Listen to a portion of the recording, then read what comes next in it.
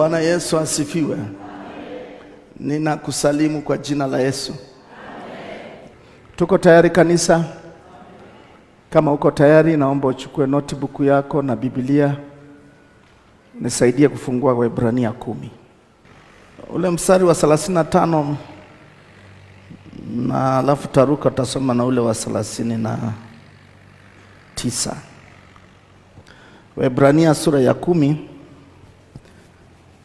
Mstari wa kusoma ni wa 35, alafu taruka tasoma mstari wa 39. Biblia inasema hivi: basi msiutupe ujasiri wenu, kwa maana una thawabu kuu. Amina. Biblia yako na imeandikwa hivyo. Waebrania 10:35 nasema, basi msiutupe ujasiri wenu, kwa maana una thawabu kuu. Soma nyuma yangu: nisiutupe ujasiri wangu, maana una thawabu kuu. Ule mstari wa 39 unasema, lakini sisi hatumo miongoni mwao wasitao na kupotea, bali tumo miongoni mwa hao walio na imani ya kutuokoa roho zetu. Soma nyuma yangu: lakini mimi simo miongoni mwao wasitao na kupotea, bali nimo miongoni mwa hao walio na imani ya kuniokoa roho yangu. Mstari huo umeiona eh? Sasa ukisoma kwa wingi anatuagiza sema, lakini sisi hatumwa miongoni mwao wasitao. Wenye kusita, Biblia inasema Mungu hana nini? Hana furaha nao. Hapo 38 ndio anasema, mwenye haki wangu ataishi kwa imani, na mwenye kusita roho yangu haina furaha naye. Sasa najibu anasema, lakini sisi hatumwa miongoni mwa hao wasitao na kupotea. Kwa hiyo mtu kumbe anaposita ndio mwanzo wa kupotea katika njia ya Mungu. Lakini sisi sio miongoni mwa hao, Biblia nasema, bali ni wale wenye imani ya kutuokoa roho zetu. Nachotaka ni kupe tahadhari jambo moja kabla sijaendelea, ni hili. Watu wengi wameruhusu mikosi kuja kwenye maisha yao kwa sababu ya kujihurumia. Kwa sababu ya kufanyaje? Ya kujihurumia. Wakati Mungu anakuambia uwe jasiri, usiutupe ujasiri. Ujasiri wetu tunaupata wapi? Hivi wangapi wameona mkuu wa nchi anapotoa hotuba? Si tunamsikia mkuu wa nchi yetu ya Tanzania, ama mkuu wa nchi ya Kenya, ama yeyote tu, ama katibu mkuu wa Umoja wa Mataifa. Watu wanapokwenda kujadili wanaanza kusema rais amesema, si ndiye? Wananukuu maneno yao.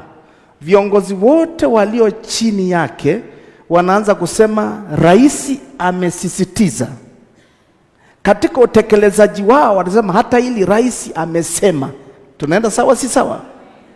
Yeye kama kiongozi aliyepewa dhamana ya nchi anatoa mwelekeo, alafu nchi inaitika kwa kuyafanyia kazi maneno aliyoyasema. Kama hivyo ndio tunaelewa. Na sisi kama kanisa, kiongozi wetu mkuu wa kiroho ni nani? Ni Mungu aliyeziumba mbingu na si tu wa kiroho, aliumba roho yako akakuumba na mwili. Kwa hiyo anahusika na maisha ya kiroho, anahusika na maisha ya kimwili pia. Tunaenda sawa? Lakini yeye neno lake anasema msiutupe ujasiri wenu, kwa maana una thawabu. Thawabu maana yake una baraka.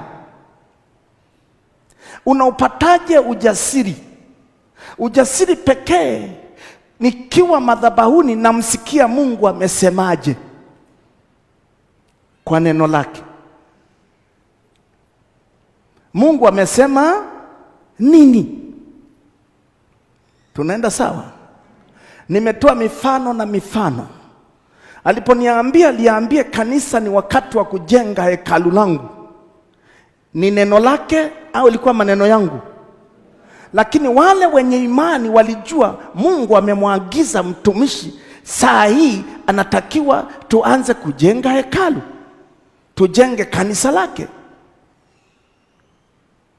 Kwa hiyo kazi ya Mungu aliposema kazi yetu sisi ni kulishika lile neno, kushika hayo maagizo. Kusema Mungu umesema, na kwa sababu umesema nifungulie mlango niweze kutoa. Si ndio hivyo? So umeona watu wengi wamekuja wakashuhudia jinsi ambavyo Mungu amesema nao juu ya kutoa pesa ya ujenzi. Si ni sawa? Sasa geuza, ingekuwa Mungu hajasema, ataenda kuwafuata wale watu kusema nao juu ya pesa? Umenielewa kitu nasema? Kwa hiyo Mungu anaposema usiutupe ujasiri, na upata wapi? Ninaupata pale ambapo Mungu ametoa maagizo. Anapotoa maagizo, kazi yangu mimi Sumbe ni kuyashika na kuyatendea kazi. Natendeaje kazi? Nikakwambia mfano. Unakaa mbele za Mungu, naambia Mungu, mtumishi wako niko hapa, umeniambia tuanze kujenga kanisa, hatuna fedha, hatuna hiki, lakini Mungu kwa kuwa umeniambia nifungulie mlango wa kupata fedha na mimi nichangie kazi. Anapofungua ule mlango, ananifanyia hivyo kwa sababu anatimiza kile alichoagiza. Tunaenda sawa? Tunaenda sawa? Watu wengi sana Mungu anaposema wanapishana nao ni wapi? Hawana maneno ya kushika ambayo Mungu aliyasema, lakini wanamtaka Mungu awasaidie. Na ndio maana watu wengi wanapata mikosi kwa sababu wanajihurumia, hawana neno. Wakati mmoja Mungu ananiambia kuna vita, maadui wanakutafuta. Kuna nini? Kuna vita. Kwa Mungu anamwambia nifanye nini? Ananiambia kaa mbele zangu, omba. Kuna kaa mbele za Mungu. Hata kama ulikuwa na safari zote unaahirisha, unakaa mbele za nani? Za Mungu apiganaye vita. Na vita vikiisha, anakuambia vita vimeisha. Unatoka kama kuku ambaye amemaliza kutaga, unakatiza zako, maana uko salama. Unanielewa kitu nasema? Wewe unaishi kwa neno lipi? Wewe unaishi kwa neno lipi? Badilisha mtazamo, itakusaidia. Mungu hafuati watu kwa huruma. Mungu anamfuata mtu kwa kile alichosema. Na akisema saa nyingine kwako inakuwa ngumu, lakini Mungu anataka unashika. Unashika. Dunia hii ina vitu vingi vigumu, lakini la Mungu ndilo analolitimiza kama utashika. Umenielewa kitu nasema? Siku Mungu akiruhusu shuhuda, kuna klipu moja nilitangaza hapa, nikasema hivi, kuanzia sasa kuna wale watu ambao wameteswa na kisukari, pressure, wakafanya maombi, si ndio? Na wengine ambao wana ukimwi, na nikawaambia hicho kitu walijitakia na Mungu anataka toba. Alafu nikatangaza tu, nikamwambia nende. Saa Mungu akiruhusu, kuna klipu moja mtu ametuma kutoka Kenya, maeneo ya Nakuru. Siku hiyo natoa hiyo tangazo, yeye alikuwepo hapa kanisani. Akasema alipoenda alishangaa saa hiyo hali ya kisukari ikapanda juu kuliko wakati wote.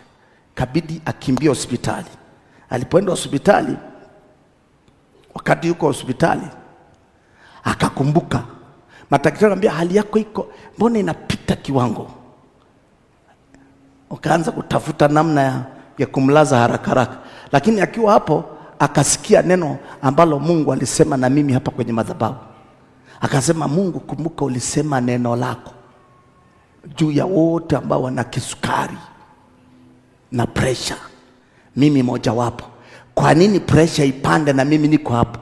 Unajua akiwa hapo akashuhudia wengine ambao walikuwa pressure zao ziko chini wanakufa mbele yake. Yeye akasema, sifi kwa sababu uliniambia na bado hujabadilisha. Nisaidie nikiwa hapa na madaktari wajue.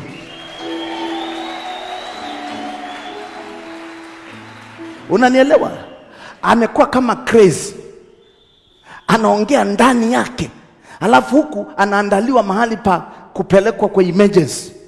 Alafu anaona wenzake wamekufa. Wakati amewekwa kwenye kitanda, anasema, mimi kabla sijapewa dawa zote nataka nikuulize Mungu, si wewe ulisema kupitia mtumishi wako, ili kama wewe hujasema kupitia mtumishi wako, kama ni muongo uniambie ilikuwa sio wewe, ili nisimwamini tena. Maana wengi wanaongezaga maneno. Kwa nini pressure ipande na ulisema? Akaanza kudai. Unajua ghafla akasikia mwili wake una change. Mwili wake unabadilika.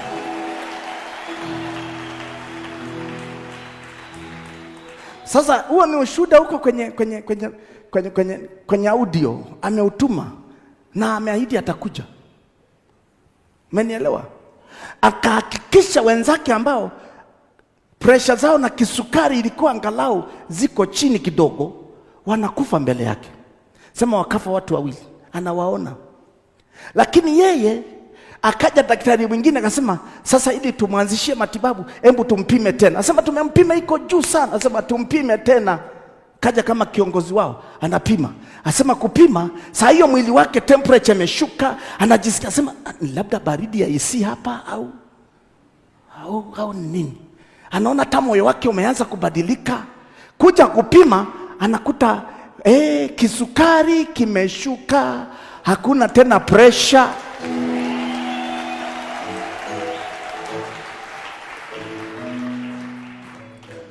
Madaktari wakashangaa, sema tumehakikisha sasa hivi. Dokta, angalia. Yeye akawaambia, Yesu tu ameniponya kwa sababu alisema ataniponya.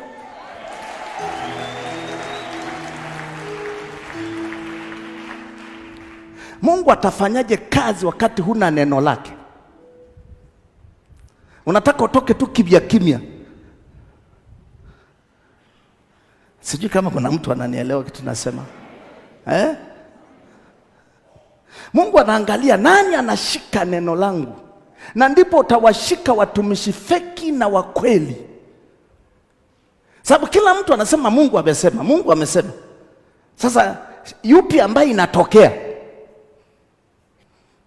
Bwana asifiwe. Bwana asifiwe. Kwa hiyo unajikuta mtu akianza kujihurumia, anaanza kukata tamaa. Na watu wengi sana wana tabia ya kujitetea. Hana neno la Mungu. Usiwe miongoni mwao. Yesu anakutana na mtu ambaye amepooza kwenye ile birika la Bethesda. Anamkuta. Alikuwa anangojea maji yakitibuka, malaika huo unashuka. Kuna kipindi malaika anashuka, akishuka wanaona maji yanatibuka po. Yakitibuliwa namna hiyo, mtu wa kwanza anayetumbukia ndio anafanyaje? Anapokea uponyaji wake. Sasa kila malaika akishuka, maji yakitibuka, yule anaye nguvu kidogo anajiviringisha, anaangukia, anatoka na muujiza. Sasa yeye amepooza mwili mzima. Unajua mtu aliyepooza hawezi hata kujiviringisha, si ndio? Kwa sababu mwili, damu haifanyi kazi, mwili umepooza. Ameparalyze. Yesu sasa wa Agano Jipya anakuja kubadilisha mambo. Anamfuata yule bwana. Anajua kabisa huyu hawezi. Anamwambia, unataka uwe mzima? Anasema, mimi sina mtu wa kunitia huku kwenye maji. Malaika anapokuja watu wananitangulia. Yaani ana maelezo, anajitetea. Mimi sina mtu hapa. Mimi nimeachwa tu hapa. Wengine wanasema, na kweli naona maji yanatibuka, lakini nani atanisaidia? Yesu anamrudia tena, wataka kuwa mzima? Uzima utatoka wapi? Kuna mtu wa kunitumbukiza huko.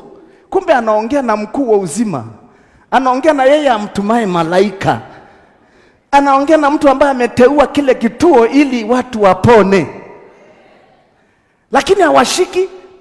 Yesu akasema hapa nachelewa. Sema haya, wewe jitwike godoro lako, inuka uondoke. Akakuwa anaona mwili unakaa.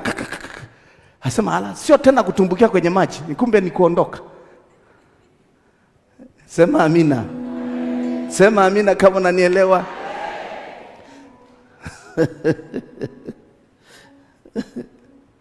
Kila nikisimama hapa, tangu mwanzo Mungu anaponiita, nilishika neno lake. Anachoniambia nafanya kwa bidii, bila kujali kuna mvua, kuna jua, kuna pesa au sina pesa. Kipindi cha nyuma alikuwa ananituma, nimezunguka nchi, imebaki mikoa michache kipindi hicho ambao sijafika. Mungu aliniwekea roho ya uinjilisti ndani yangu na ya unabii.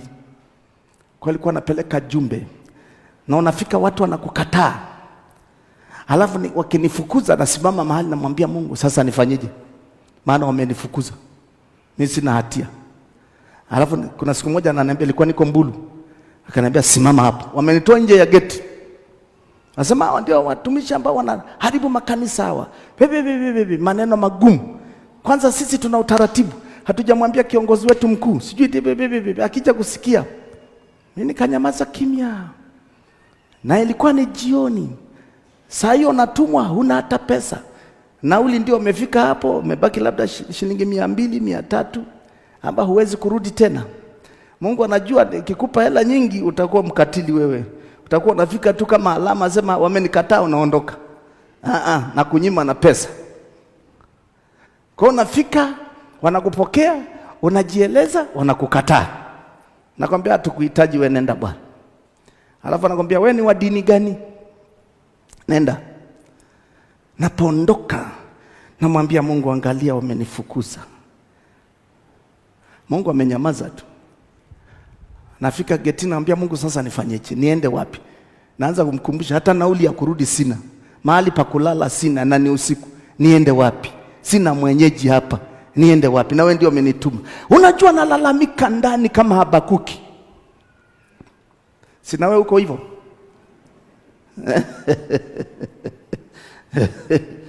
Usilalamike. Yatosha mimi nilalamika ili niwe mwalimu wako, wewe usilalamike.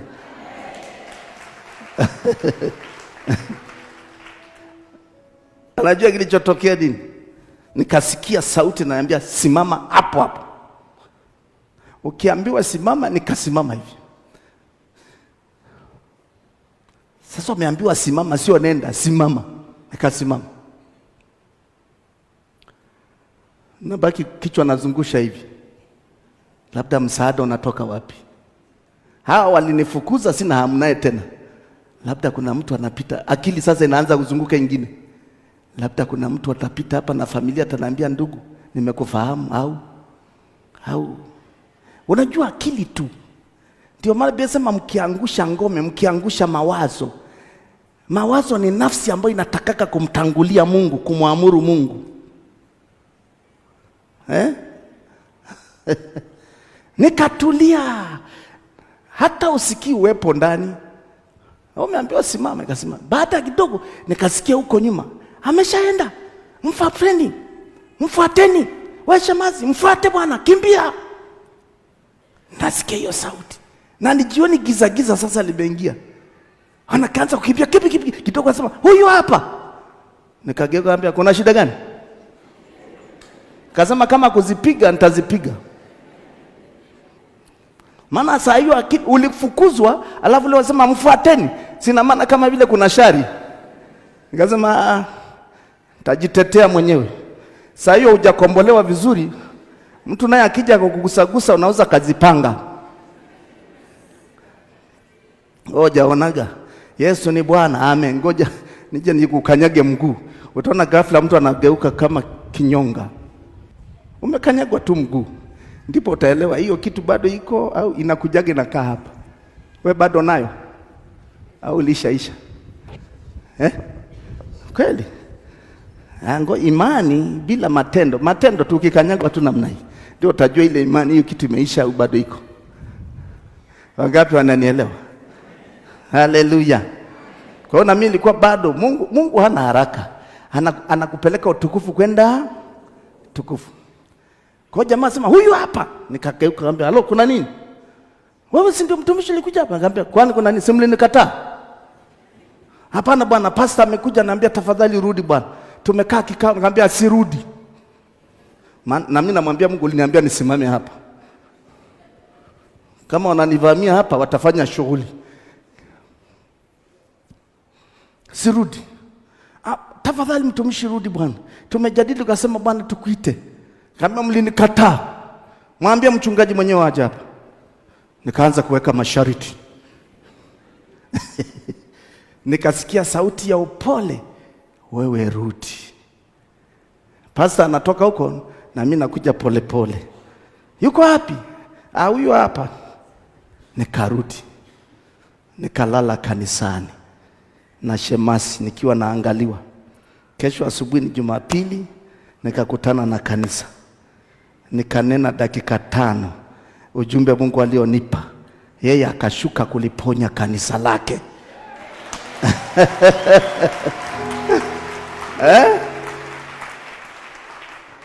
Akashuka kuliponya kanisa. Kanisa ni la kwake. Sisi tunatenganishwa tu na madhehebu. Kanisa ni la kwake, analijua.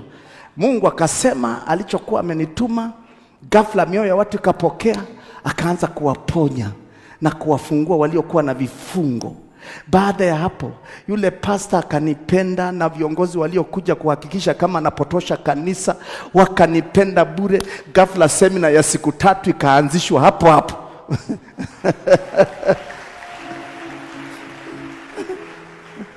Semina ya siku 3 ilipoanzishwa, na mimi naambia Mungu, sasa ulikuwa umenipa ujumbe niondoke. Mungu ananiambia tulia, bado na neno langu. Nikasema afadhali kaa mbinguni, maana hata nauli ya kurudi ilikuwa sina. Ni kama ulisahau. Sasa afadhali na hiyo semina. Nikaanza kutunzwa kama mtumishi. Nikatolewa kwenye nyumba ya kanisa ambayo ilikuwa ya dharura, nikapelekwa kwenye loji, nikakaa huko na watu wananiangalia, na naambia, "Una nguo za kufua baba?"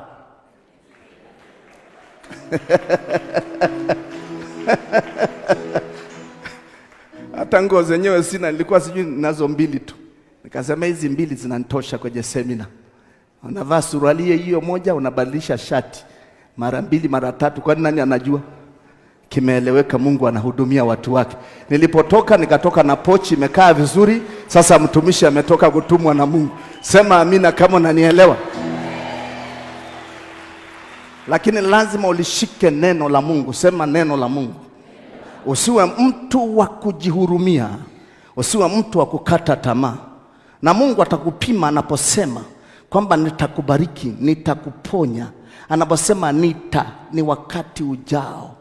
Kumbuka hiyo sentence siku zote. Mungu asema nitakubariki, ujue ni wakati ujao. Sio nina. Kwa hiyo hapa katikati kuna kakipimo. Kale kakipimo ndicho natakiwa umshinde shetani. Ninaeleweka kitu nasema?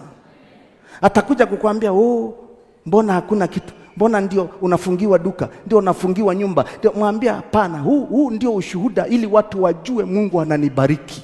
Muda si mfupi na kwenda kubarikiwa. Umeshikilia lile neno.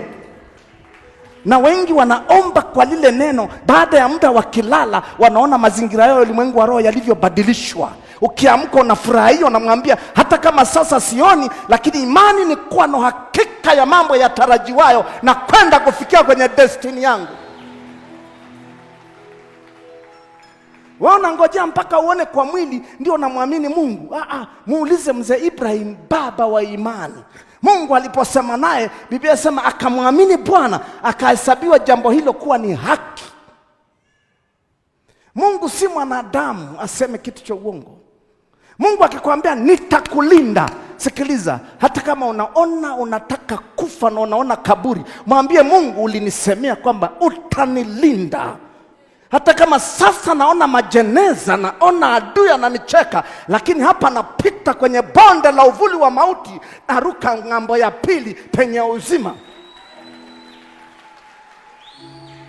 Mungu alipomwahidi Yesu Kristo, alimwambia utapita msalabani. Angalia, yuko pale Gethsemane. Nilipokwenda mwaka jana pale Yerusalemu, nilipelekwa mpaka pale Gethsemane. Gethsemane ndipo pale alipoomba mpaka hari ya damu ikamtoka. Ilipomtoka alikuwa maombi yake anaomba, Baba, ikiwezekana kikombe hiki kiniepuke, lakini si kama nitakavyo, bali kama mapenzi yako yatakavyo. Mapenzi ya Mungu ilikuwa apite kwenye msalaba. Mapenzi ya Yesu hataki kupita kwenye msalaba, lakini bado anaruhusu Mungu mapenzi yake yafanyike. Mungu akamwambia, kama ndivyo umeniruhusu nafasi hiyo, basi alichofanya nini? Biblia alipoomba, Biblia inasema akasema aliomba paka hari ya damu inamtoka. Kama vile unavyoona jasho linatoka, lakini ilikuwa ni jasho la damu. Tunaenda sawa? Kilichotokea nini? Mungu hakuahirisha, bali alimtuma malaika mwenye jina la Mungu. Akaja, alipokuja akafanyaje? Akamtia nguvu.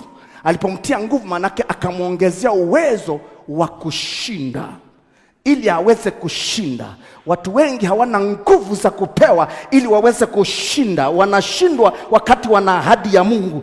Kipindi kinachoanza sasa na Januari tarehe 1 mwezi wa 5, Mungu ataanza kuachilia nguvu ya watu wa Mungu kushinda, kufikia kwenye destiny yao. Unanielewa kitu nasema? Haleluya. Mungu amepanuka zaidi ya dini yangu, zaidi ya dini yako. Unanielewa kitu nasema? Mungu ni mpana sana. Ndio nasema dunia na vyote vijazavyo ni mali yangu. Umekumbuka hilo neno? Mungu amepanuka zaidi ya dhehebu langu, zaidi ya dhehebu lako, zaidi ya uongozi wako, zaidi ya wito wako. Mungu ni mpana kuliko wito wangu, kuliko wito wako. Mungu anapotenda kazi, msikilize neno lake, hautaibika. Akikwambia utaishi miaka mikamilifu, wewe wacha kujipima na watu uliosoma nao, uliozaliwa nao. Wao wanaweza wakazeeka na wakafa, lakini wakakuacha wewe kama kijana wa miaka 40. Sema amina kama unanielewa. Na watu watasema huyu tuna umri moja, tumezaliwa moja. Yeye hana neno la Mungu, wewe una neno la Mungu. Ukilishika lile neno la Mungu linafanya mageuzi. Maana Mungu anataka ajulikane, anatofautisha watu wake. Yesu yuko pale Gethsemane, nikaangalia na ile mizeituni. Unaiona kabisa ni ya miaka mingi. Magogo yamechoka, vichipukizi vimetokeaga. Mizeituni mahali kipindio ni pori. Yesu amejificha hapo, anatafutwa na maadui. Saa hiyo roho ya mtu inataka kutoka, anaona kifo mbele, anatetemeka, anaona anaenda kufa kweli. Jamani, Mungu, ikiwezekana kikombe kikiniepuke, lakini si kama nitakavyo Bwana, ni kama wewe upandavyo, mapenzi yako yafanyike. Anamruhusu Mungu, hataki, maana amekuja kama Adamu wa pili. Anaona naye akikosea kama Adamu wa pili, itapita karne nyingi sana, Mungu aandae mpango mwingine. Ghafla malaika akashuka kutoka mbinguni, akamtia nguvu. Hakumuongoza, hakupigana na maadui, alimtia nguvu. Alipomtia nguvu, Waswahili nasema mwenye nguvu mpishe. Saa hiyo anasema mauti iko wapi, ambapo Mungu anataka nipite. Hakuogopa tena, maana ametiwa nguvu.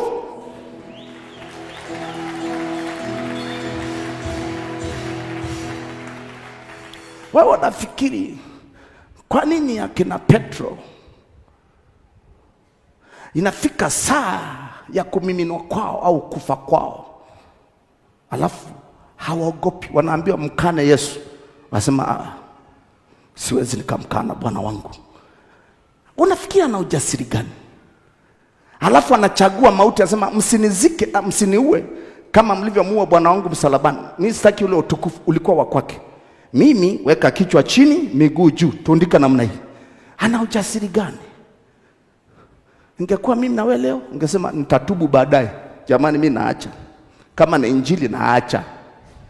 Siniache tu Lakini wasema nitakuwa nasali kiroho roho. Nitahubiri kiroho roho. Petro akasema huu ujinga hapana. Nini kitokea? Alitiwa nguvu na Mungu. Unapokuwa na nguvu ya Mungu huwezi kuona mauti. Ukiwa na nguvu ya Mungu utaisema kweli iliyonyooka, na ukisema Mungu anatokezea pale. Biblia inasema waliopindua ulimwengu wamefika huku nako. Leo watu wanahubiri kisiasa. Leo watu wanalemba maneno. Wewe huna neema ya Mungu, huna wito. Ukipewa wito ni moto na waka ndani. Lazima useme kweli, na hiyo kweli na waweka watu huru, bila kujali cheo cha mtu, nafasi ya mtu, ngazi ya mtu. Maana unamsema Mungu aliye hai. Injili ni uweza wa Mungu letao wokovu kwa kila aminie. Yesu akatiwa nguvu, akaenda msalabani, hakuogopa. Ndio maana Waebrania 12 mstari wa 1 na wa 2 asema aliustahimili msalaba na kuidharau aibu. Na kuidharau nini?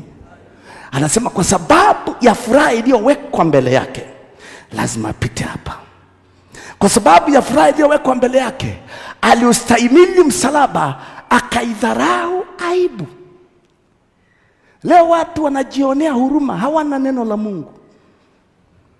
Mungu anataka uwe shahidi mwaminifu, unatembea ukijua Mungu yuko upande wako, si kwa maneno tu, lakini unajua Mungu alisema nini madhabahuni, Mungu alisema nini kwenye njozi zako, kama sehemu ya kuthibitisha hilo. Alafu unaogopa ulimwengu. Unamwogopa nani? Na vita si vyako, vita ni vya Bwana. Biblia inanifundisha, nasema hivi, Waebrania 12 mstari wa 1 na wa 2 asema Yesu Kristo asema kwa sababu ya furaha iliyowekwa mbele yake aliustahimili msalaba, akaidharau aibu. Naye sasa ameketi mkono wa kuume mwa Mungu Baba juu sana. Ameshinda. Mungu anakuonyesha ushindi kabla hujashinda. Alafu hapa kabla hujashinda kuna kitu kitakupitisha kama bahari, mawimbi ya ambao Petro alikuwa anataka kuzama. Siwezi kuzama kwa sababu alimsikia Yesu anamwambia, anapoanza kuzama Yesu anamwambia ni wewe Bwana nije? Akasema ni mimi, kuja. Kwa hiyo hakwenda kwa nguvu yake, alikwenda kwa agizo la Yesu. Wakati anataka kuzama, aliangalia mawimbi akataka kuzama, akajua hapa nimefanya mistake. Haitakiwi niangalie mawimbi, natakiwa nimwangalie aliyeniita nitembee kwenye mawimbi. Akamwangalia Yesu Kristo. Alipomwangalia Yesu Kristo akamwambia kuja.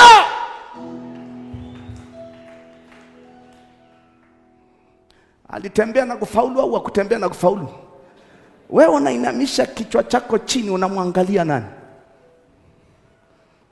Yesu anaangikwa msalabani, hakujali. Anasema fanyeni haraka. Ndio maana moja anatubu pale msalabani, anambia leo hii mimi na wewe tutakuwa kule paradiso. Mwanaume anaangalia, anaisalimisha roho yake. Anajua hapa dakika chache nitatoka kwenye mwili, ndio nitaanza ufalme, kuitwa mfalme wa wafalme. Nitaanza kuitwa Bwana wa mabwana. Nitaitwa Mungu wa miungu. Nitaanza kuitwa Bwana wa majeshi. Nitaitwa Mwokozi. Nitaitwa, kila goti litapigwa mbele yangu, vya vitu vya mbinguni na vya duniani. Mwanaume akasema panda msalabani haraka. Wewe ukishambuliwa na kitu kidogo unajionea huruma. Jamani nakufa. Shetani anambia naye kufa. Mungu anamwambia umeamua kufa, kufa. Maana huna neno langu. Nilikupa neno, hutaki kulishika. Sasa nikufanye nini? Nina watu wengi dunia hii. Nikufanye nini? Mwenye haki wangu ataishi kwa imani. Ni kuwa na hakika ya neno litokalo kinywani mwa Mungu. Mtu hataishi kwa mkate tu, ila kwa kila neno litokalo kinywani mwa Mungu.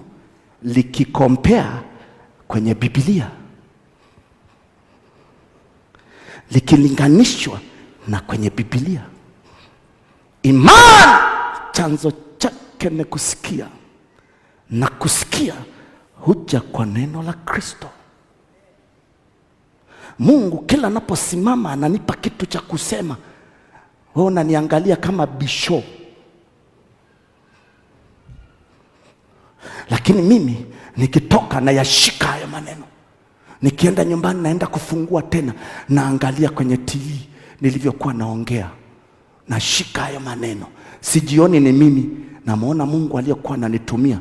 Nashika hilo la kwangu, natembea nalo. Nikikutana na kisiki namwambia, Bwana uliniambia, ulisema neno lako.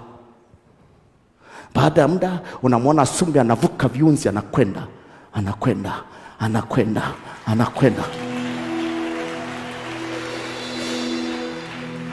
Wakati wewe unafikiri juu ya Januari, mimi Mungu amekaa pamoja na. Wakati wewe unakula Christmas, mimi nimekaa ndani siku na mchana, naambia amka. Wakati mwingine mke wangu analala, mimi naamka naandika, naambia amka andika.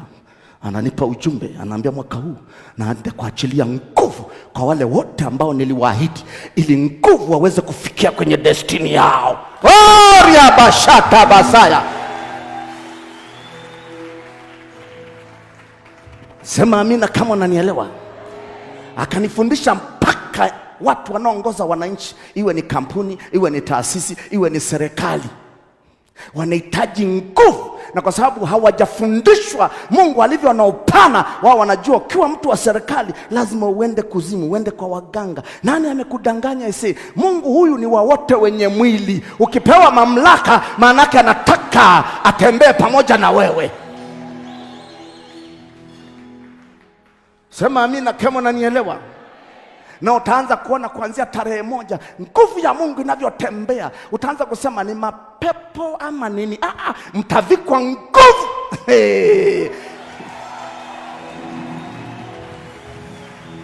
Hiyo ni special anointing. Ni nguvu from above.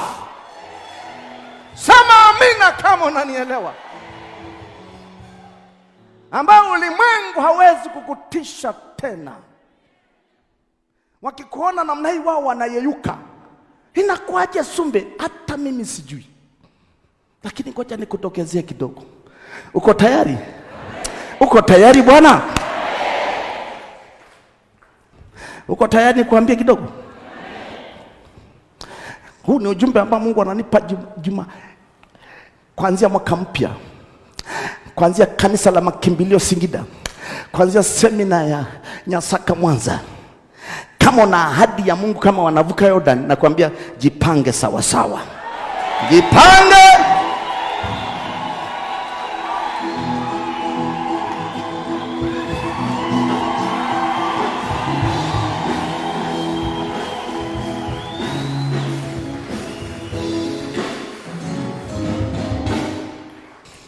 Sema amina.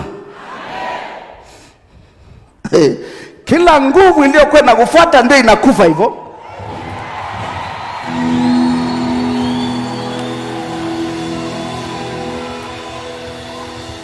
Kila nguvu iliyokuwa inakufuata ndio inakufa hivyo. Kila nguvu iliyokuwa inakufuata ndio inakufa hivyo. Yuko Yesu aliyeshinda mauti na kuzimu. Yuko mahali hapa. Yeye ni mfalme wa wafalme. Yeye ni Bwana wa mabwana. Yeye ni Nikoni ambaye niko aliyemtokea Musa. Yeye ndiye amiri jeshi mkuu wa majeshi yote mbinguni na duniani na hata kuzimu na chini ya mbingu. Anamwambia Isaya sura ya 43 mstari wa 13, anasema tangu leo mimi nitatenda kazi, naye ni nani atakayeweza kuizuia? Na huwezi kufika kiwango hichi kama hujapita kwenye madaraja ya kupimwa na Mungu ili ubebe roho za wanadamu. Mwambie tayari. Mwambie mwenzako tayari.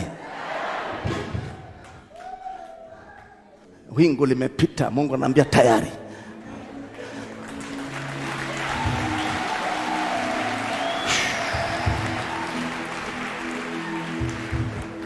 Ngoja niongee hili jambo.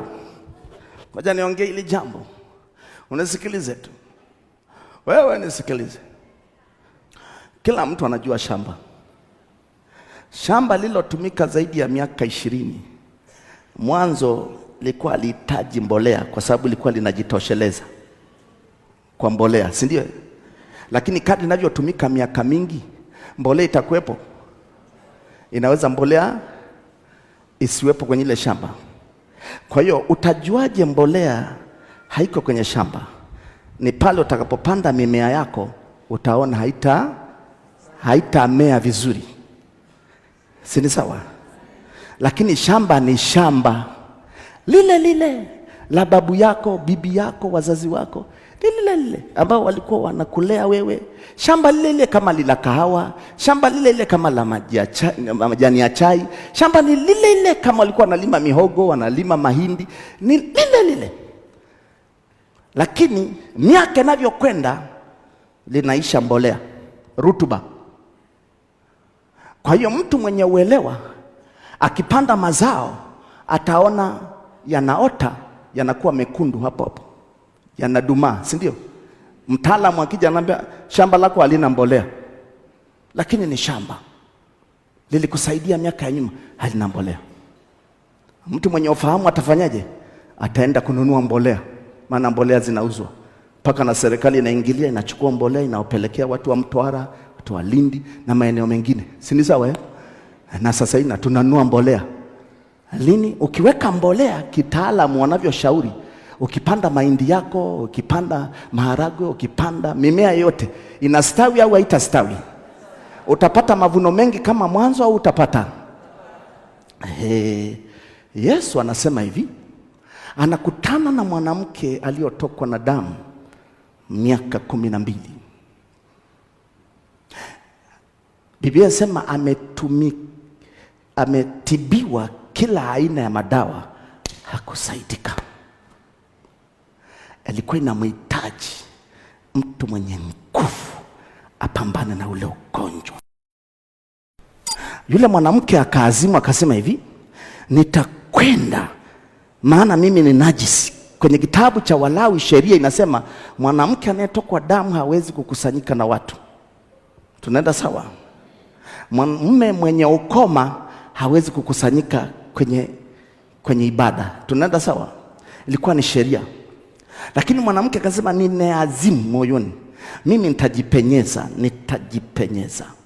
nitakalokwenda kushika upindo wa vazi lake.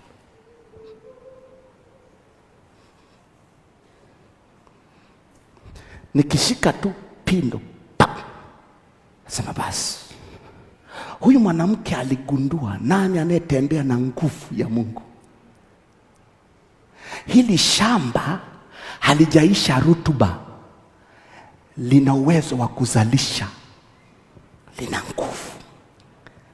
Yule mwanamke bila kujali angekamatwa kwa sheria, angepigwa, lakini akajipenyeza kwenye mkutano pole pole, kenda pole pole, kenda kashika atosha, anakaa huko, kajifanya hajui. Ghafla kasikia mabadiliko kwenye mwili wake. Yesu akasema, ni nani amenigusa? Wanafunzi wake wakashangaa, baba, mkutano tangu asubuhi unapambana na wewe, wanakusonga, unasema leo nani amekugusa? Akasema, kuna mtu amenigusa, nguvu imeondoka. Sema nguvu imeondoka. Yule mwanamke kabidi ajisalimishe. Ni nani? Mimi simfanyi kitu, lakini ni nani aliyegundua siri? Yule mwanamke anasema, ni mimi baba. Ni mimi baba. Nimeteseka miaka 12. Anasema najua. Kuanzia sasa basi umewekwa huru.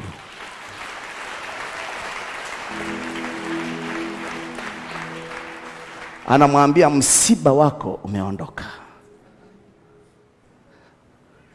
Kuhubiri bila nguvu haisaidii. Ni mwaka wa kuvikwa nguvu, ili duka lako ambalo unataka liwe la kimataifa watu walikimbilie, kwa sababu si kwa sababu na mdomo mzuri, ni kwa sababu na umevenda kuvikwa nguvu ya Mungu.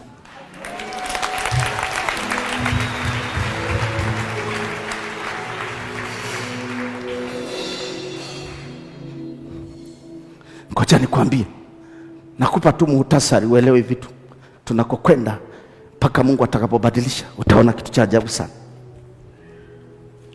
Biblia nasema katika kitabu cha Matendo ya Mitume 1:8 inasema hivi, mtapokea nguvu akisha kuajilia juu yenu nani? Roho Mtakatifu. Kuna watu wengi, kama ni watumishi kama mimi, kama ni waimbaji kama waimbaji wengine ambao wako hapa, ambao Mungu amewapa hiyo talanta, amewapa kibaji, amewapa ile utumishi, wanajiuliza maswali, kwa nini walianza vizuri na sasa hivi nyimbo zile haziji tena ambazo ziliwatambulisha, na matokeo yake wanapita kwenye mapito. Ni kwa sababu moja tu, wao ulifikiri utaenda na nguvu hizo hizo ulizopewa, na unafikiri unazipokea wapi? Mtapokea nguvu akisha kuajilia juu yenu Roho Mtakatifu.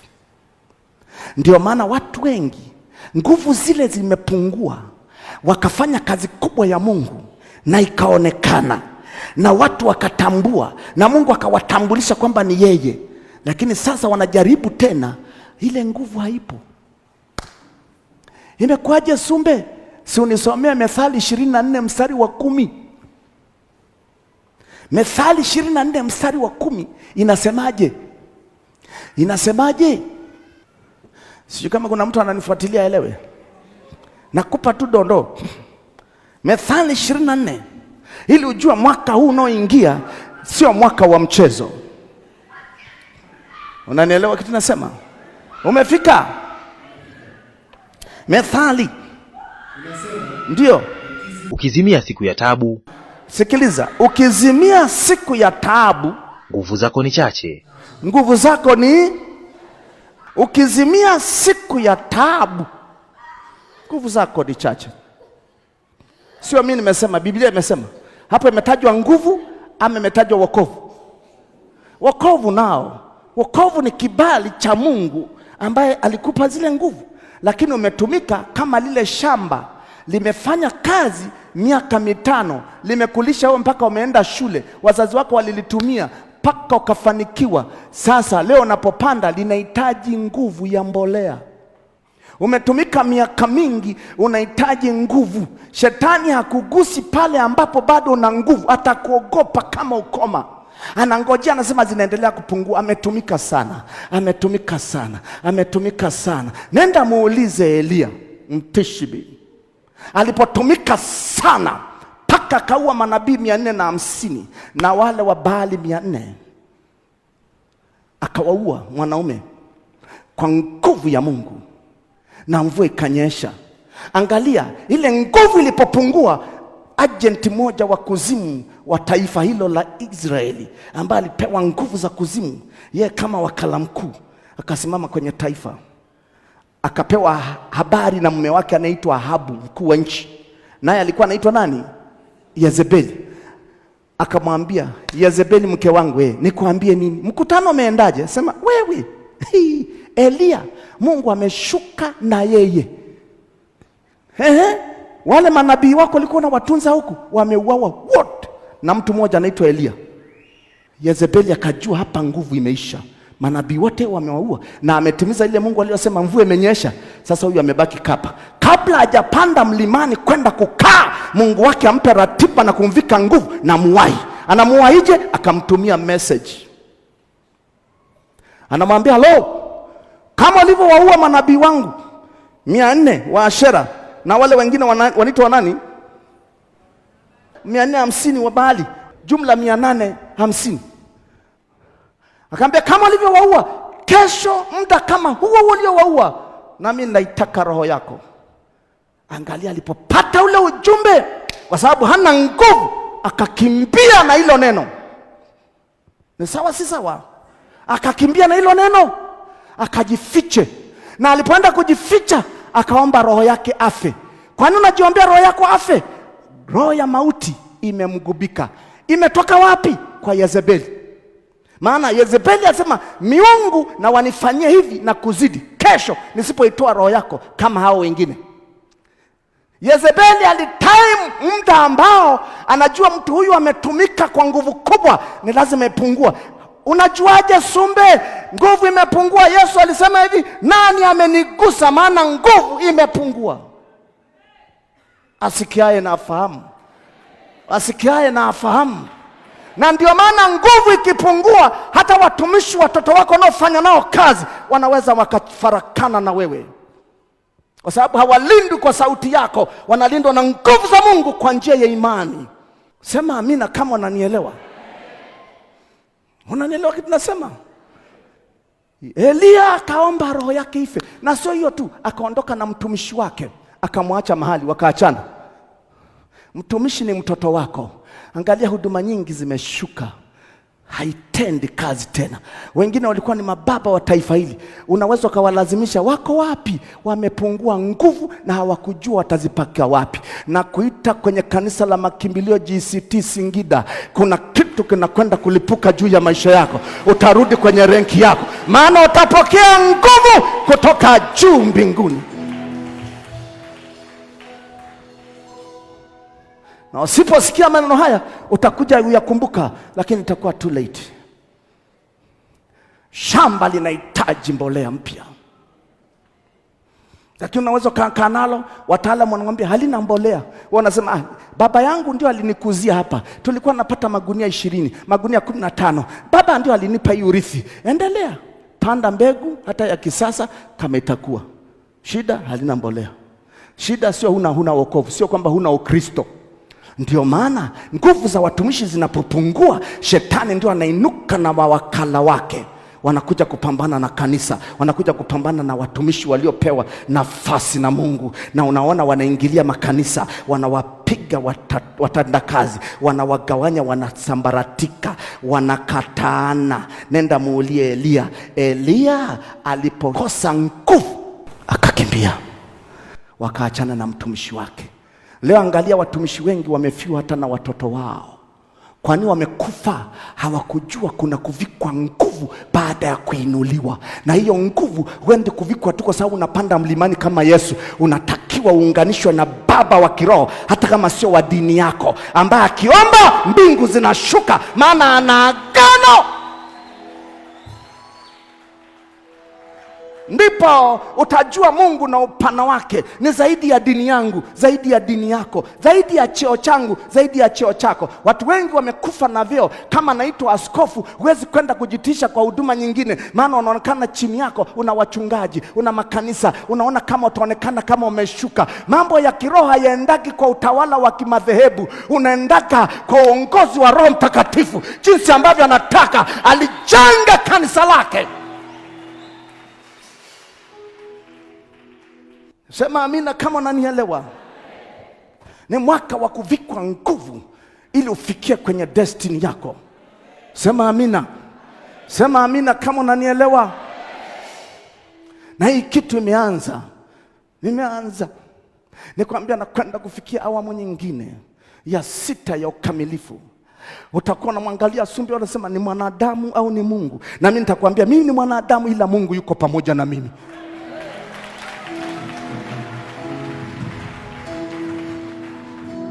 Nimemkabidhi kinywa changu na moyo wangu. Watu ambao hawakungojea kipimo changu kijae, wakakimbia huko na huko, watanikumbuka, lakini itakuwa too late. Watanikumbuka na zawadi zao hazitasaidia tena. Wao wanafikiri Mungu ni wa daraja hapo. Mungu ana upana. Ngoja nikwambie mambo machache. Nataka nikwambie na kukumbusha tu kitu ambacho Mungu amenipa. Kwa hiyo kuna kupokea nguvu ili izilete mabadiliko. Nguvu ya huduma, na kadhalika. Nguvu ya biashara. Watu wengi wana imani ya Kristo, hawana nguvu za kufanya biashara. Ndio maana wakuzimu wanaendaga kuzimu, wanapewa na masharti, wanaanointiwa huko, wanatoka, unaona wanapepea juu kwa juu.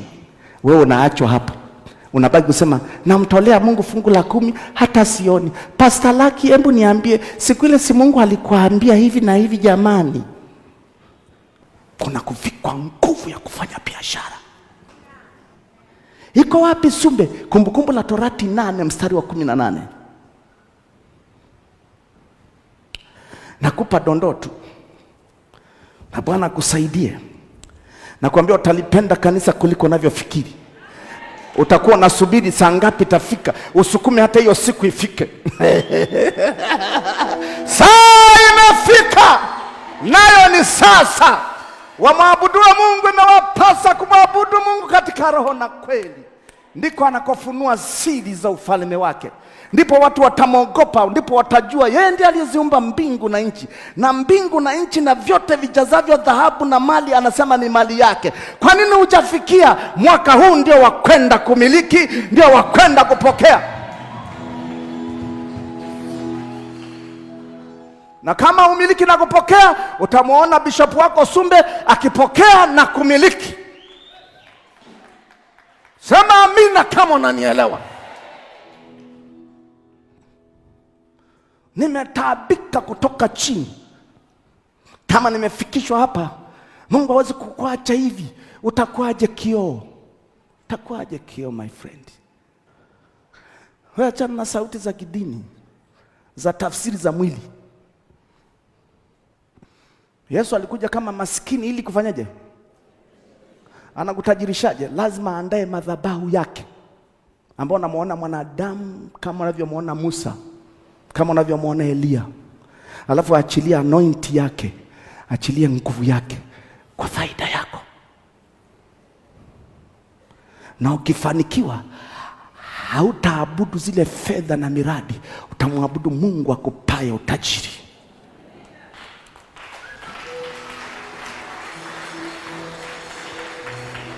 Watu wengine watajifunza mbele ya safari.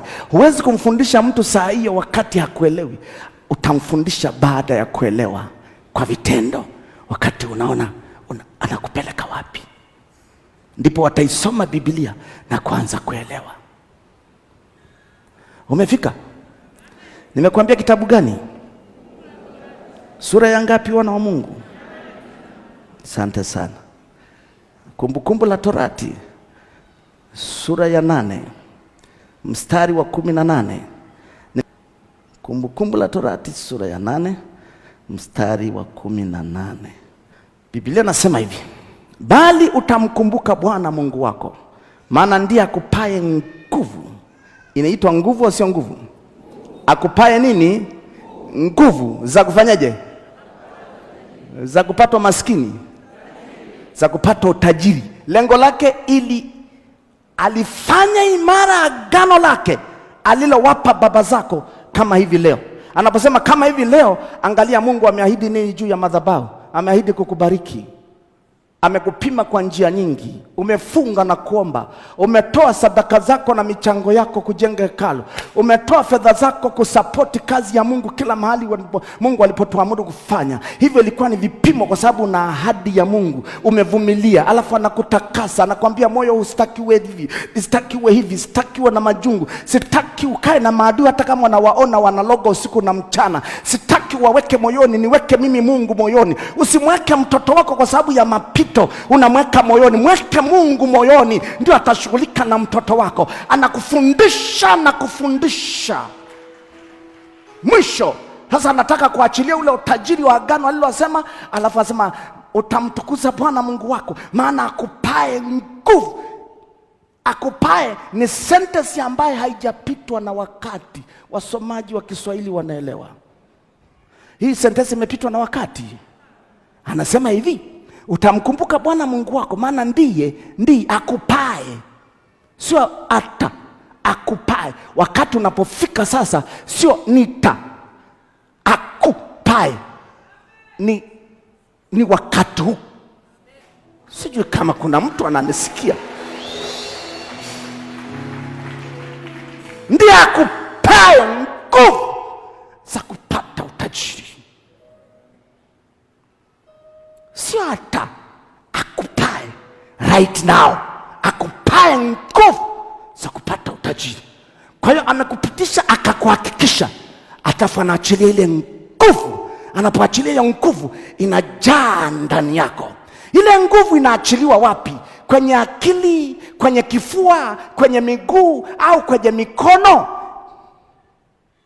Kitabu cha Luka sura ya 1 mstari wa 80.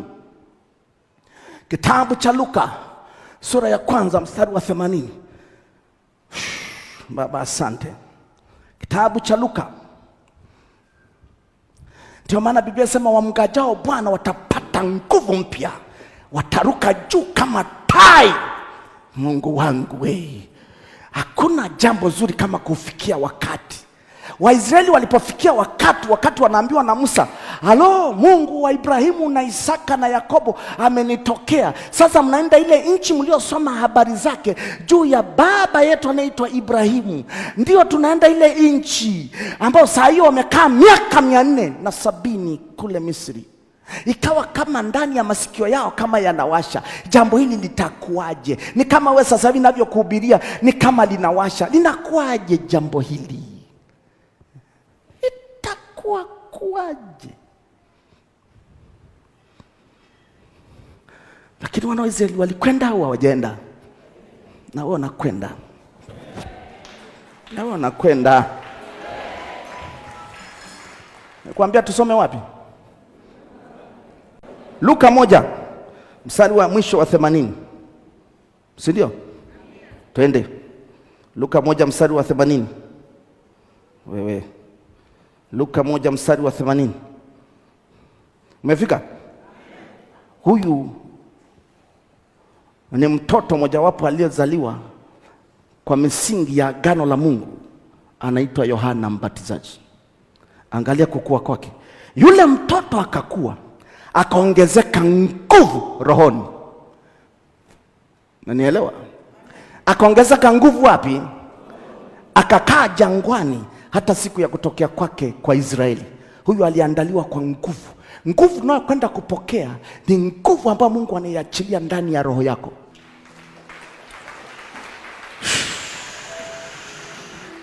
Sema amina. Umenielewa?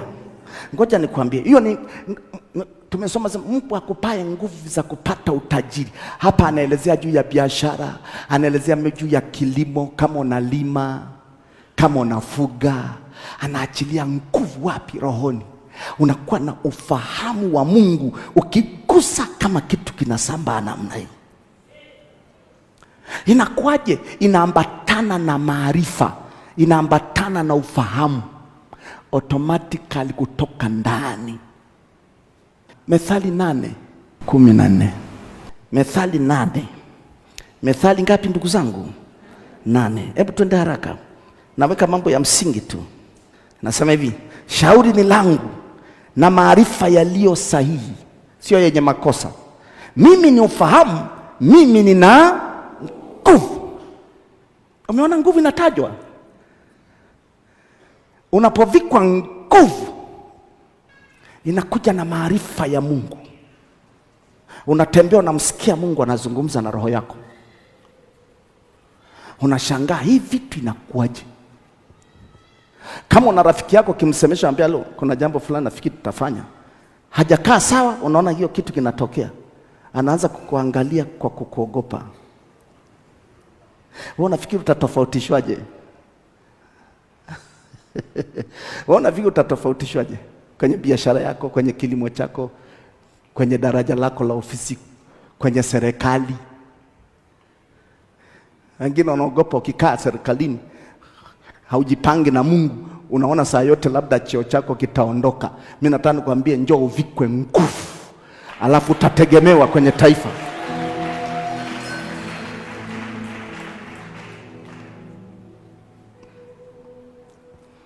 Hoja nikupe tahadhari moja. Kuna watu wengine wanaposikia masomo namna hii wanayachukua vizuri, wanayafanya kuwa ya kwao. Wewe yafanye kama ya kwako, lakini hutaona hiyo nguvu ikishuka, maana hujapewa wewe. Wewe ulipewa ili kusaidie kuja kujitiisha mahali nguvu inaenda kujifunua. Umenielewa? Wewe fanya ibada yako, jaribu kufanya kuiga kila kitu ninachosema, alafu muite Mungu. Hatokezi, haendagi hivyo. Ngoja niseme la serikali, maana wote tunaongozwa na serikali, si sawa? Na sisi wote tuko chini ya mamlaka ya serikali. Ni sawa, si sawa? Watu wengi hawakujua hii siri, hawakujua. Mimi nataka ujue, na nielewa, kuna nguvu Mungu anaweza kuiachilia kwa watu wa serikali, watu wa siasa, watu wa taasisi mbalimbali,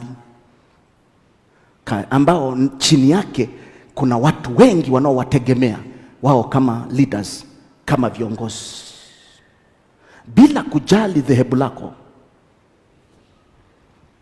Unanielewa? Kwani serikali zetu ni za kidini lakini wote tunamwamini Mungu. Ngoja nikuonyeshe jambo ambao watu wakifikaga kwenye renki fulani ya taasisi ama ya serikali, wanaonaga huko Mungu wa kuokoa, Mungu wa Yesu Kristo hawezi kusaidia. Wanaenda kwa waganga, wanaenda kwenye wale watu waliowatangulia wawape akili, na wao hivyo hivyo unarithishwa vitu ambavyo sivyo. Mimi nataka nikuonyeshe jambo. Mungu akikuteua kama kiongozi wa taasisi ya umma, akuongoza kama serikali ambao tayari wako na sisi tuko chini yao, na kuambia hivi, yuko Mungu ambaye anasema mbingu na nchi na vyote vijazavyo, anasema ni mali yake na vitu vyote ni utumishi wake. Kwa hiyo na maana ukipewa dhamana alafu kampa Mungu nafasi, ataachilia ile nguvu. Lakini ile nguvu inayokuja sio ya biashara. Ile nguvu inayokuja ni ya maongozi katika nafasi uliyopewa, ili udumu na taifa liweze kupenya kwenye baraka, kwenye uheshima, kwenye kibali. Ngoja nikupe mfano huu. Kwenye Agano Jipya, kitabu cha Matendo ya Mitume, Matendo ya Mitume sura ya 12, uone kiongozi mmoja aliyepewa nguvu japokuwa yeye alikosea. Matendo ya Mitume, tunaenda sawa? Nakupa tu mfano alafu tufike mwisho, maana yako mambo mengi. Mimi nimekupa tu summary ili wafuatiliaji waelewe. Maana utafika wakati utaona watu wengi, utashangaa, na kila mtu Mungu amemwandalia portion yake, amemwandalia namna yake kwa sababu ya nafasi yake. Hapa ndipo upeo wako unapopita akili ya kidini. Ndipo unaelewa mataifa na bahari na kila kitu ni mali ya Mungu. Wacha saa hiyo ukienda mbinguni unaambiwa ulikuwa na tiketi ya wokovu au huna. Hiyo ni mwisho. Lakini wakati huu wewe angalia taifa la Marekani, kuna mafrimason huko, kuna watumishi wako wazuri huko, kuna watu waovu wako huko na wanafanya kazi ya shetani huko. Lakini angalia pia taifa la Marekani, wanasaidia karibu kila taifa, na wanabarikiwa. Wabarikiwa, wanabarikiwa kwenye mwili, wanabarikiwa na maongozi yanaenda vizuri. Lakini saa ya mbinguni ndio Mungu atachuja. Mmenielewa kitu nasema? Wengine wanaua huduma wakiwa huko, wengine wanajenga huduma wakiwa huko, lakini ule utoaji wao unasababisha. Maana Mungu anaangalia na maskini wa mwisho ambaye yuko kule Sudani Kusini, ambaye hana hata chakula, watoto wamepata kashako, anawatumia hawa ambao kwenye imani unaona sio wa imani yako, unaona hawa ni wa huku, lakini anawatumia wale watoto waishi, wa survive maisha yao katika nchi yao. Anasema kwa hiyo anawapa utajiri, maana atoaye ndiye anayezidishiwa. Alafu sisi watu wa imani ya Kristo, ukiona hii badala kumweka Yesu hapa, unawaweka wao hapa na wachukia, wanasema na walani, na walani. Mungu anasema usihukumu, utahukumiwa. Na walani na waharibu. Matokeo yake wewe uchumi wako unashuka, wao wanaendelea kwenda juu, maana wanajua kuwekeza. Sikiliza, ikifika Ikifika saa ya Mungu kuachilia baraka, unatakiwa mweke Mungu na umsikilize. Tunapowekeza Mungu anakotaka, na wewe unainuliwa juu.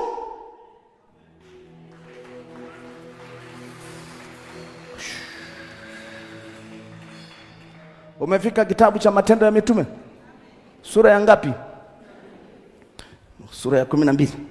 Tusome mstari wa 21 tupate habari hii. Ninaamini kuna kitu unapokea. Kuna kitu unapokea. Utakuwa rafiki yangu kuliko unavyofikiri. Maana utaona matokeo waziwazi. Sema amina. Matendo ya Mitume. Matendo ya Mitume. Ngoja na mimi nifike. Sura ya 12 mstari wa 21. Kama umefika useme amina. Tasoma mistari miwili tu. Basi siku moja iliyoazimiwa, Herode alijivika mavazi ya kifalme. Huyu ni mtawala au sio mtawala? Akaketi katika kiti cha enzi, akatoa hotuba mbele yao. Maana yake wenyewe ndio taifa lao. Tunaenda sawa eh? Watu wakapiga kelele wakisema, ni sauti ya Mungu, ni sauti, si sauti ya mwanadamu. Mara malaika wa Bwana akampiga. Kwa sababu gani? Kwa sababu hakumpa Mungu nini? Utukufu. Akaliwa na chango, akatokwa na roho. Nataka nikuuliza simple question. Nani alimpa nguvu? Ndio maana Mungu anasema, kwani hujanirudishia utukufu wakati mimi nimeshika kinywa chako, nimekupa nguvu kwenye utawala wako ili taifa likae vizuri, listawi. Nimekupa na hekima, ukiwaambia watu wanaona ndio njia zao zitakiwa zikae hivi. Unafungulia milango ya baraka ambazo mimi ndio nasema ndani yako. Lakini matokeo yake alipotumiwa na Mungu namna hiyo, hakumpa Mungu nini? Utukufu. Ina maana Mungu ndio alimpa hizo nguvu. Tunaenda sawa? Ndio aliyempa hizo nini? Nguvu. Ndio maana ugomvi ukawa kati ya yeye na nani? Na Mungu. Mungu asema, mimi na kila kitu, nainua chango, mnyoo ulioko ndani ya tumbo lako, akaugeuza ukamuua. Lakini kama angempa Mungu tukufu, niambie huyo mtu angezidi kupanuka au asingepanuka? Sikiliza, kuna saa ya kuvikwa nguvu bila kujali wewe ni Herode, wewe ni kabila gani, wewe dini gani. Maadamu umepewa dhamana kwenye taasisi ya umma, taasisi ya serikali, mahali popote ni kiongozi kwa ajili ya taifa na Mungu ameridhia. Usiende kuzimu, usiende kwa waganga. Njoo mahali Mungu atajifunua, akwavike nguvu. Wapi? Rohoni mwako. Sema amina kama unanielewa. Mpe Yesu makofi kama unaelewa. Huu ni muhtasari wale ambao Mungu amenipa kwa mwaka huu unayekuja. Kila mtu aliyeahidiwa na Mungu unakwenda kufika kwenye hitimisho la kupokea nguvu ili upanuke.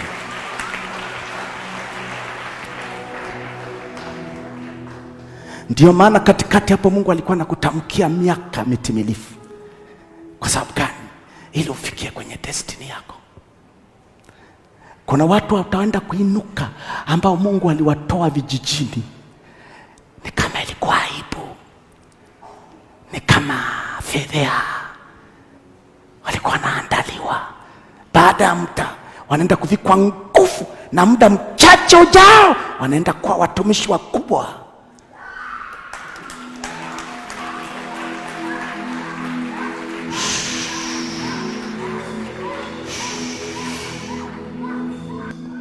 Nataka umshukuru Mungu. Kama ufahamu wako umeelewa na imani yako imeinuka, mshukuru Mungu.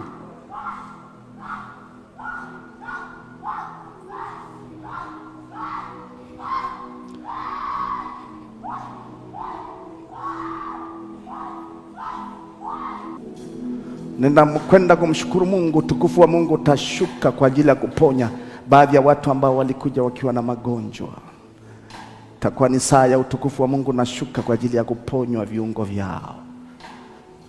Kila mmoja amshukuru Mungu.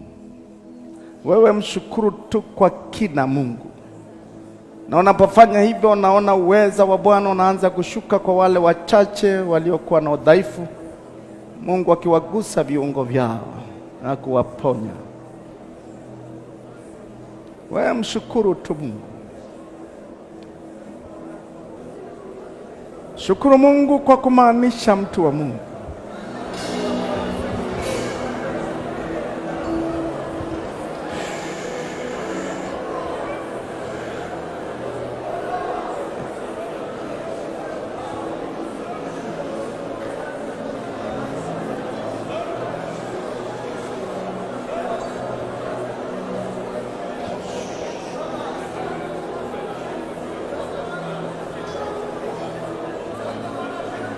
Wakati unamshukuru Mungu, ambao ulikuwa na udhaifu wa mwili, unashika sehemu ya moyo wako kwenye kifua chako. Wakati unamshukuru Mungu, unashika kifua chako upande wa moyo wako. Wewe uliyekuwa na udhaifu,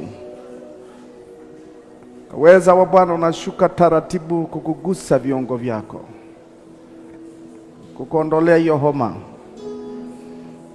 kukuondolea hiyo mikosi. Watu wengi walishindwa kulishika neno la Mungu, mikosi kapata nafasi, na wakawa wanajihurumia, na wakawa wanakata tamaa. Hiyo hali ya kujihurumia na kukata tamaa inavunjika kutoka sasa, inavunjika kutoka sasa, maana wamelisikia neno la Mungu na wameelewa. Jesus. Shika tu moyo wako, mshukuru Mungu. Yeye ni Mungu. Biblia inasema anajishughulisha sana na mambo yetu, si tu ya kiroho. Anasema anajishughulisha sana na mambo yetu. Mwamini Mungu. Kuna mtu ambaye mtoto wake ameshikwa na nguvu ya kuzimu, na kila wakati huyo mtu anaumizwa moyo na huyo mtoto wake sana. Mtoto wako ameshikwa na mlango wa kuzimu. Sasa wanakupiga sana kupitia huyo mtoto, maana mtoto anakuwa na maneno mabaya, anakujibu kwa mkato. Ukimwangalia sema, nimemzaa mimi au inakuaje? Wanakutafuta kupitia huyo mtoto, maajenti wanakutafuta kupitia huyo mtoto.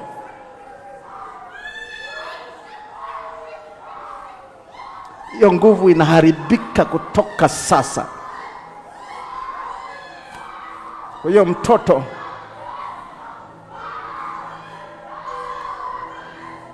mwangalia Mungu aliye hai ndani ya moyo wako. Usimweke huyo mtoto wako ndani ya moyo, hata kama umemzaa na unampenda.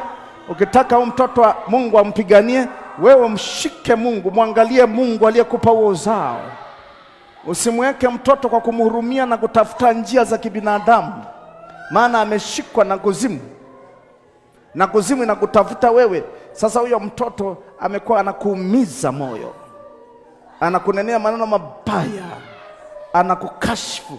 Hata ukimwambia hivi anakuwa kama mkaidi, mkatili, hataki ushauri wako. Jesus. Bwana anaambia mshike Mungu ndani ya moyo wako, ndipo atapigana vita na huyo, na ile roho iliyomshika mtoto wako. Maana maajenti wanapitia huyo mtoto, maana ni kuzimu imemshika, ili wakumalize wewe, ili wakukamate wewe, wakutese wewe. Mungu anaambia badilisha, mshike sana Mungu ndani ya moyo wako, usihangaike sana na mtoto, ndipo Mungu atashughulika na huyo mtoto. Na inahitaji uvumilivu na amani nyingi. Nahitaji uvumilivu na amani nyingi ya kujua mtu huyu nimepewa na Mungu, na Mungu ndio mwenye uwezo wa kufanya hiki.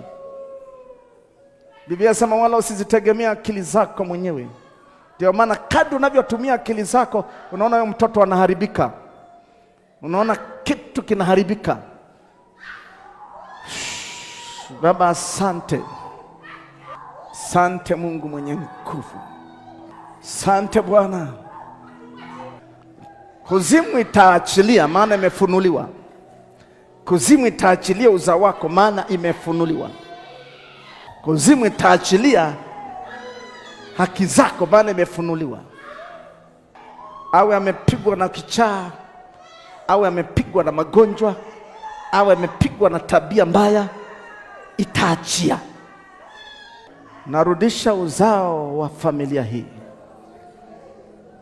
wakusanye tena kama kuku akusanyavyo vifaranga wake. E Bwana, kusanya tena familia hii, kusanya tena familia hii, kusanya tena uzao huu.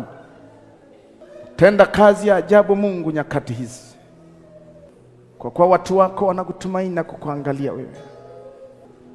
Asante Bwana.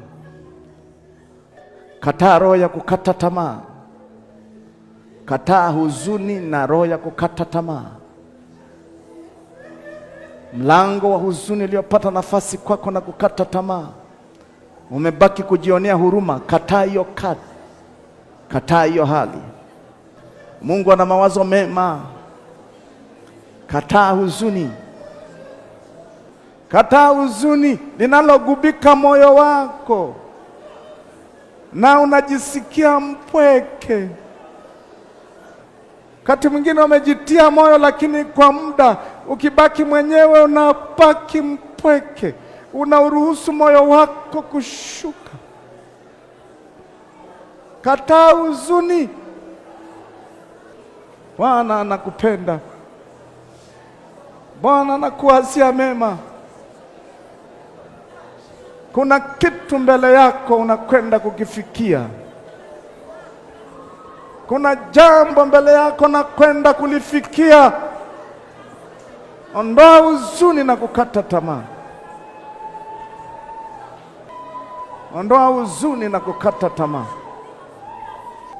Baba, asante.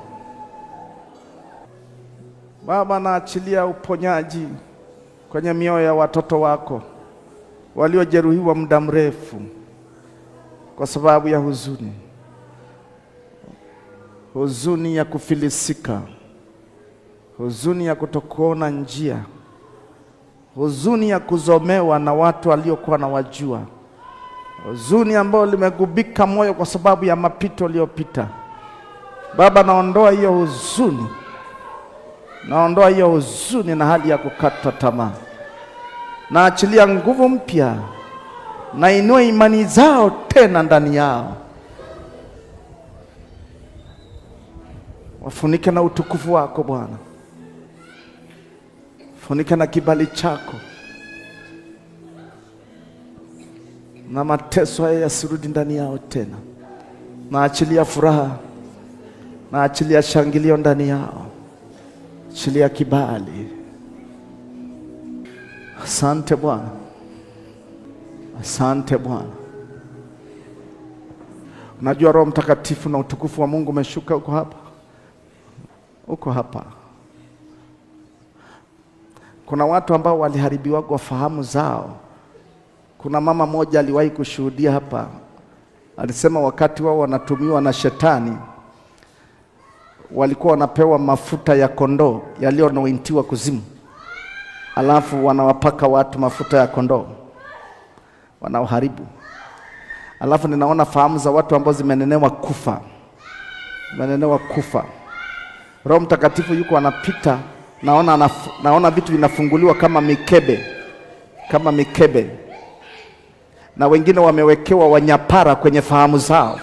Ninaona kwenye ufahamu ukifunguliwa kama boneti, kumbe kichwa cha mtu hichi kiko kama boneti ya gari, unafunguliwa.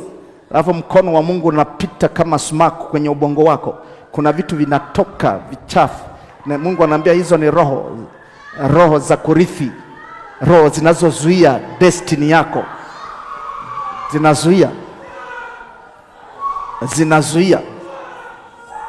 zinazuia. Na wakati mwingine unapata uchungu, na hata ukikaa unaambia hata kwenu, unajua nyie ni watu wa namna hii, nyie kwenu wako wa namna hii. Jesus, ninaona kichwa chako kama boneti ya gari imefunguliwa namna hii, alafu naona mkono unapita kwenye ubongo wako, alafu naona mkono ule unapopita, alafu unatoka na uchafu. Mungu anasema nafungua fahamu zao zilizonenewa zawa kama makondoo. Yaani wao makondoo yakinama ni hapo hapo, hawajui lolote, hawafikiri lolote, fahamu zao zimeuawa, zinafunguliwa. Zinafunguliwa. Ufahamu wako unafunguliwa na utakuwa msaada mkubwa sana.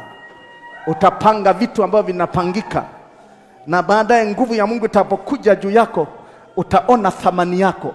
Hujajiona thamani yako, muda mchache utaona thamani yako. Utaona thamani ya Mungu aliyeweka kwenye ufahamu wako. Utaona thamani yako ambayo Mungu ameweka kwa ajili ya watu wengine. Utaona, ndipo wewe utakuwa unajishangaa, watu unasema kumbe watu wanaona mimi na ufahamu wa namna hii. Hiyo ni thamani. Value yako inakwenda kupanda, inakwenda kuonekana. Asante Bwana. Asante Bwana. Mwingine anasema mimi tu ni mama wa nyumbani. Wewe sikiliza, ufahamu wako unakwenda kufunguliwa. Jamii yako iliyokukataa inaenda kugeuka, maana utakuwa ni mama wa busara, unaelewa vitu. Yale yote ambayo adui alikuwa amekunenea na kukufunga ufahamu yanaenda kugeuka kwa maadui zako, alafu watakufurudia, watasema sisi hatukujua, utusamehe tu. Naona nguvu ya kufungua, naona kama mkebe, kama kifuniko, nafunguliwa fahamu na kumbukumbu zako zinarudishwa, maana walikuibia hata kumbukumbu zako. Walikuibia kumbukumbu zako. Ndio maana hata unajuaje unapoomba unashindwa hata kuelewa uombe nini, hata kushukuru unashindwa, unabaki kulalamika. Unarudishiwa kumbukumbu zako, maana kila wakati unakuwa mtu wa kusahau. Unaweza ukaingia chumbani, unakwenda kuchukua diary mfano, badala ya kuchukua diary unaenda kusimama chumbani, unasema hivi ilikuwa nimefuata nini huko chumbani? Ukitaka kutoka ndio unakumbuka, sema ilikuwa diary. Saa ingine unatoka unaimba hilo jambo ndio unaenda kuchukua. Ukienda chumbani au mahali, kama uimbi hicho kitu kwenye kichwa chako unasahau. Ufahamu wako unafunguliwa. Na walikufunga ufahamu wakakuunganisha na mizimu yenye uhalali wa kwenu. Yes. Wakakuunganisha na mizimu. Kwa hiyo mizimu inasimamia ufahamu wako. Sema hata sogea huyu, hata sogea. Unafunguliwa ufahamu. Na watu wengine wanasema wewe ni kama mchawi. Sio mchawi, ulifungwa ufahamu alafu mizimu ikakukandamiza. Alafu unaona usiku unapaa, unaruka kwenye ndoto zako. Mizimu, come out!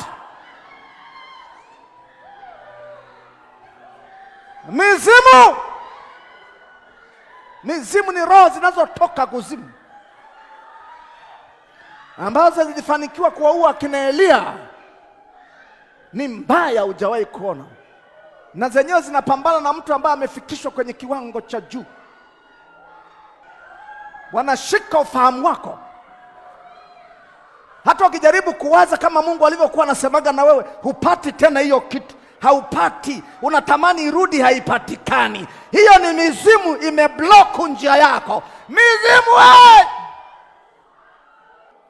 come out! Out! Mizimu ya jina la bibi, mizimu ya jina la babu, mizimu ya jina la ukoo, mizimu, get out!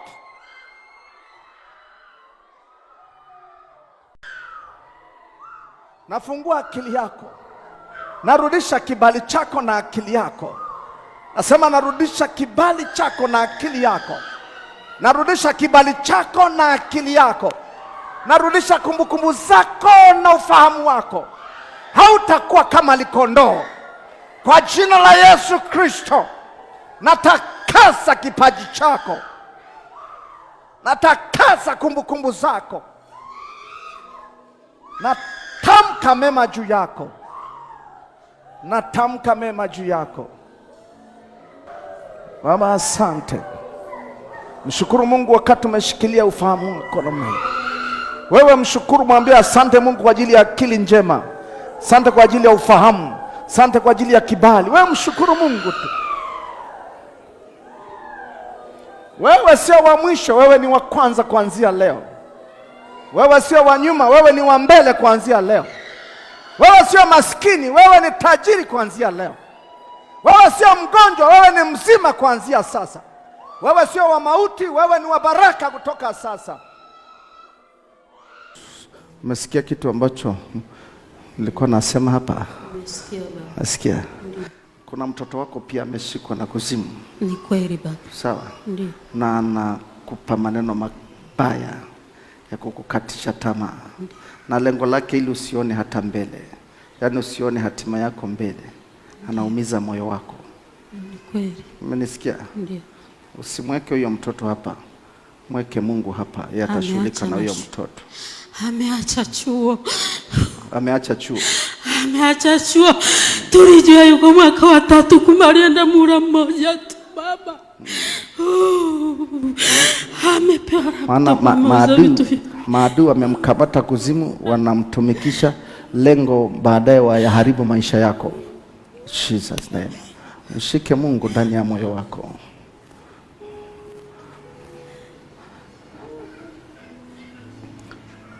Mpe Yesu makofi kama nalo.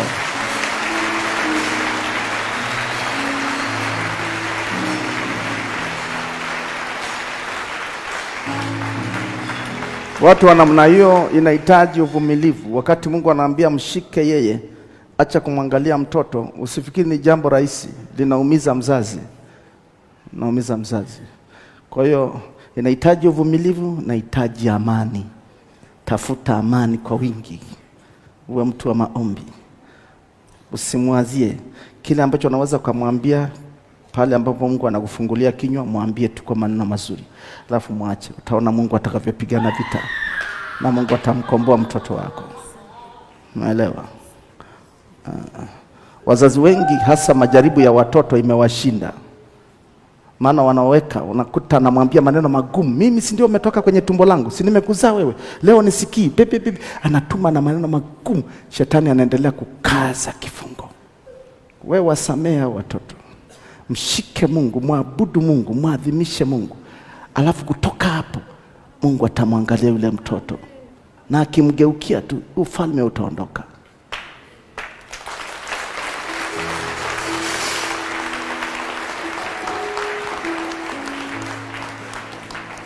Wakati Mungu ananifundisha huduma, watoto wangu walishindwa kusoma.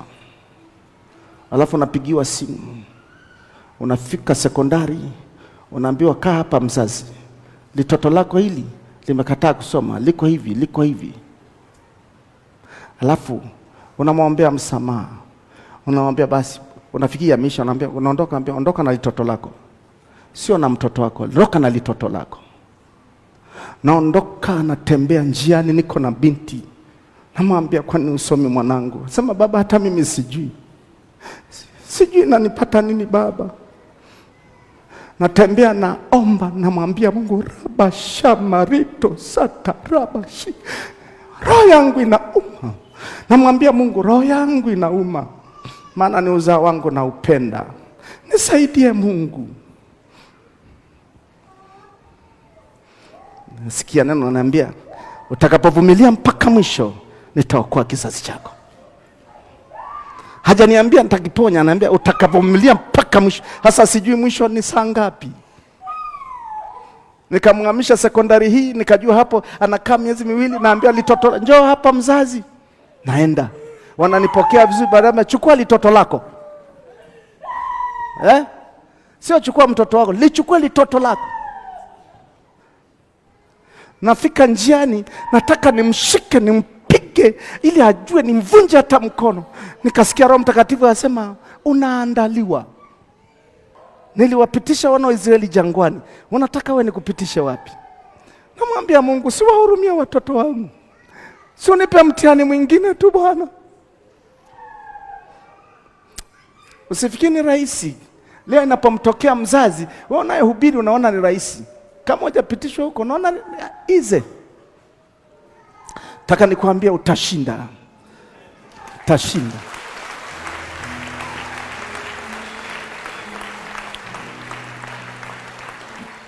Nilishinda na uzao wangu kakusanywa na Mungu. Leo ni wa baraka.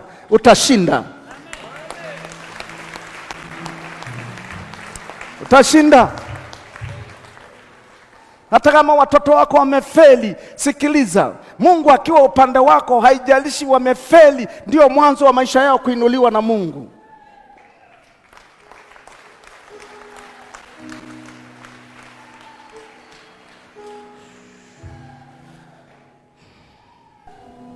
Mauti iondoke kwako. Mauti iondoke kwako. Mauti ondoka. Hutaishi tena mauti. In the mighty name of Jesus. Jesus. Na wote walionenewa mauti, mauti inaondoka. Na achilia uzima wa Kristo ndani yako. Amen.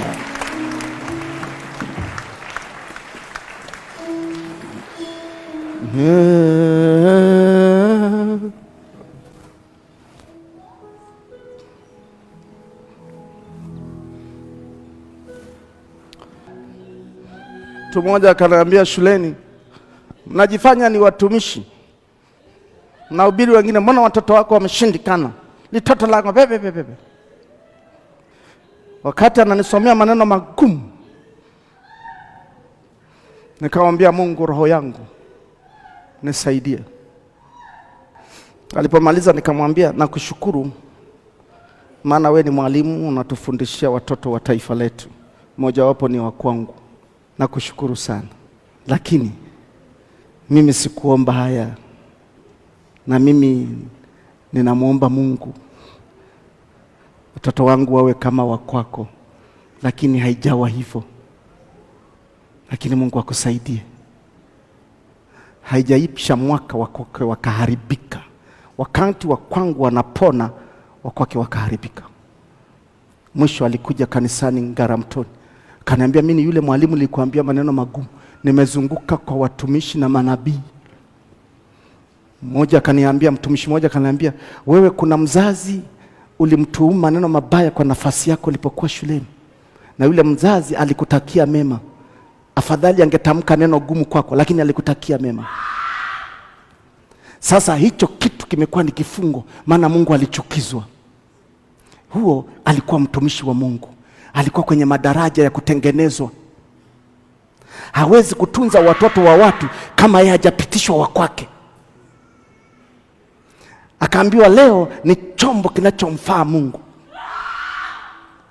Akafikiri, akaenda kufunga na kuomba yule mwalimu. Alafu siku moja akaletewa picha yangu namna hii. Alikuja kanisani anatambaa. Anaambia, Sumbe, nisamehe bwana. Nisamehe. Mimi nilishasahau. Na unajua mapito yakiisha unasahau. Nikamwambia, kwani nilikwambia neno baya? Kaniambia, hapana. Ilikuwa kitu kibaya kwangu. Niliona kama wazazi wengine huwa hawawajibiki. Niliwagombeza sio wewe tu, wengi. Naomba mtumishi nisamehe. Na mimi nampenda Yesu, nisamehe mtumishi. Sikutaka kumwaibisha mbele ya kanisa, maana alikuja ofisini kwangu. Nikamwambia, inuka.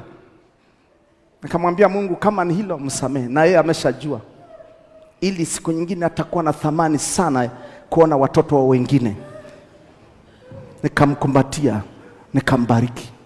Toka hapo watoto wake wakastawi.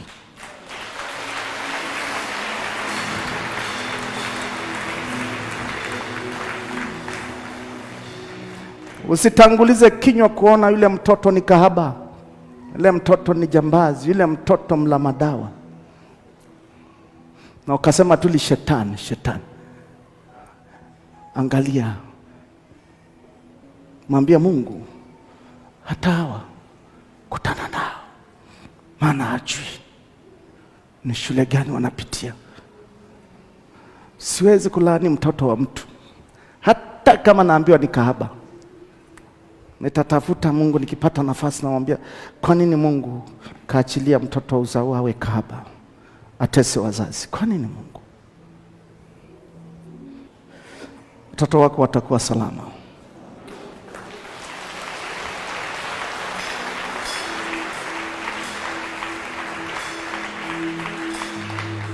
Ni kizazi ambacho kuzimu inakitafuta ili kukiharibu, lakini yuko Mungu anayerejesha.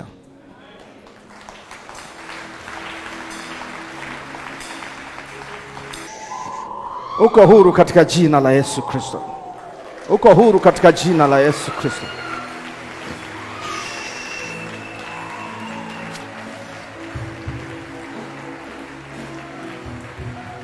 Pe Yesu makofi kabisa.